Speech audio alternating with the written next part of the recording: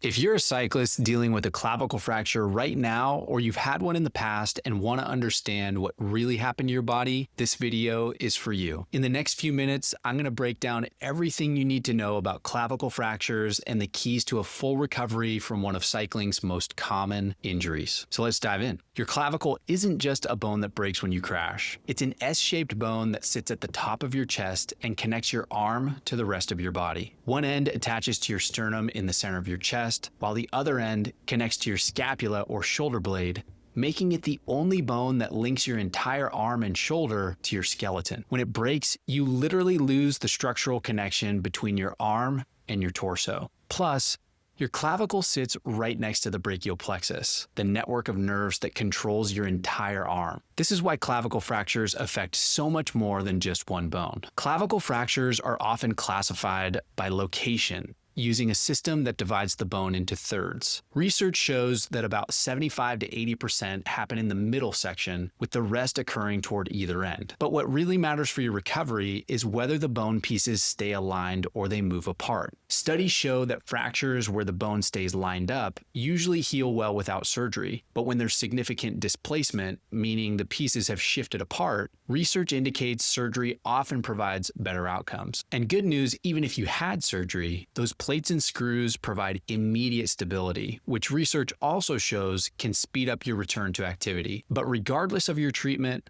understanding how your entire movement system is affected by a clavicle fracture is crucial for complete recovery. So let's talk about the key ways that a clavicle fracture impacts your overall movement. First, when your clavicle breaks, your scapula loses its stable anchor point, which can disrupt the coordinated movement of the shoulder joint and place excess strain on the rotator cuff muscles as they work harder to stabilize and control shoulder motion. Second, your neck and thoracic spine immediately start compensating for this lost stability, often resulting in increased muscular tension, altered posture, and asymmetrical movement patterns that can lead to stiffness, pain, or even secondary injuries over time. Number 3, and here's where things get tricky. Right under your clavicle runs the brachial plexus, and as I stated before, this is a big bundle of nerves that powers everything from your shoulder down to your fingertips. When there's swelling, bruising, or scar tissue from the fracture, those nerves can get irritated and squeezed. And that's when you can experience everything from numbness and tingling down your arm into your hand. You could even experience weakness or sharp shooting pains down your arm. And finally, number 4, and here's something most people don't even realize, your clavicle actually helps support your first rib, which plays a crucial role in how you breathe.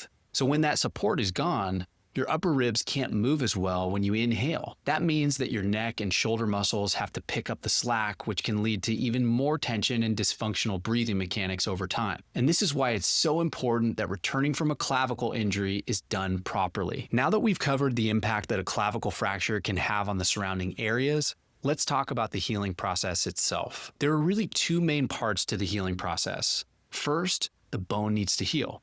And second, and just as important, is restoring healthy movement, strength, and muscular balance.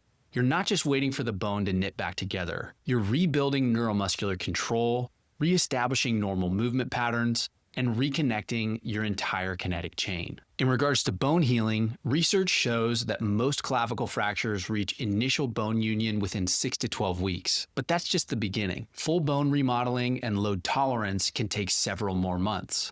So while x-rays might show healing, your body may not yet be ready for full activity.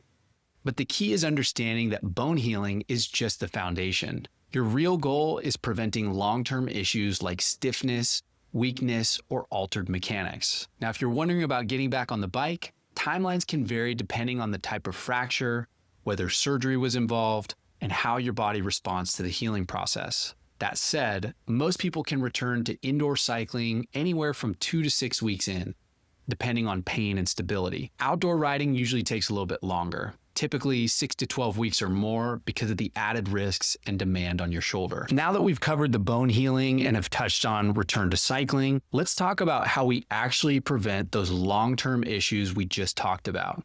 Here are the keys to setting yourself up for success. The first step is restoring mobility. After a fracture, your body instinctively limits movement to protect the area, which leads to stiffness, especially around the shoulder joint, neck, upper back, and rib cage. Restoring mobility is controlled progressive work designed to gradually reintroduce movement while respecting healing tissues. Restoring full, pain-free range of motion can take several weeks, and it usually starts gently around 2 to 4 weeks post-injury, depending on the fracture and pain levels. Once you've got your mobility coming back, the next layer is motor control. Basically, your brain and muscles need to relearn how to move the shoulder smoothly and efficiently. This means reactivating deep stabilizers like the rotator cuff and scapular muscles, and retraining how the shoulder blade moves with the arm. Poor motor control is a huge reason people end up with chronic shoulder pain down the line. So this part is critical.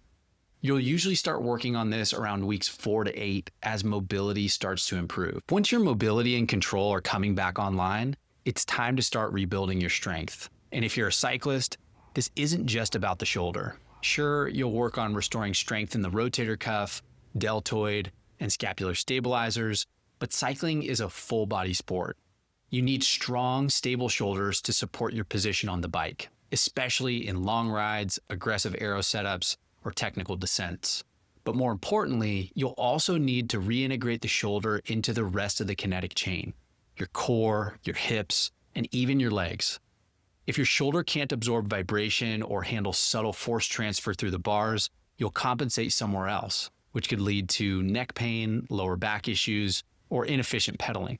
This strength phase usually ramps up between weeks 6 and 12, but continues for months depending on your riding goals and intensity. Now, before we wrap up, let's talk about a few other important things that really impact your healing timeline. Things like nutrition, sleep, and overall recovery. These directly impact how well and how fast your bone heals. Your body needs raw materials to rebuild bone, especially in the first few weeks after a fracture when bone turnover is high. Protein is a big one here. It supports not just muscle repair, but also collagen production and bone matrix formation. Aim to get high-quality protein in every meal. You'll also want to make sure that you're getting enough calcium and vitamin D. They're essential for bone mineralization. In addition to that, magnesium, vitamin K2, and zinc also play supportive roles. If you're unsure about your levels, get them checked and talk to a healthcare provider or a dietitian. Now here's the big one. Sleep is your body's prime time for healing. Growth hormone, which helps repair bone and muscle, is released mostly at night. Poor or inconsistent sleep can slow healing, increase inflammation, and mess with your overall recovery. Shoot for at least 7 to 9 hours of quality sleep per night, and don't underestimate how much your body needs it during this phase. Your rehab exercises are critical, but so is how you fuel, rest, and manage your stress. Bone healing isn't just about time. It's about giving your body what it needs consistently, day in and day out. So eat well, sleep well, and treat your recovery like training. It's all a part of the process. So here's the big takeaway. A clavicle fracture isn't just a broken bone. It's a disruption to your entire movement system. And if you're a cyclist, that matters a lot. Your shoulder isn't just along for the ride. It's helping you steer, stabilize, breathe efficiently, and transfer power. If you don't rehab it fully, you don't just risk a slower return, you risk chronic issues that show up long after the bone looks healed on an X-ray. Recovery is about more than just waiting. It's about rebuilding movement, strength, and control. And that takes a smart, structured approach. The best thing you can do is work with a sports rehab pro who understands both the demands of cycling and the complexity of shoulder recovery. Don't just aim to get back on the bike. Aim to come back stronger, more stable, and more connected than you were before. If this video helped you understand what's really going on with your injury or gave you a clearer roadmap for what comes next, drop a comment or share it with a riding buddy. Injuries suck, but knowledge is power, and the more you understand your body, the better you can take care of it.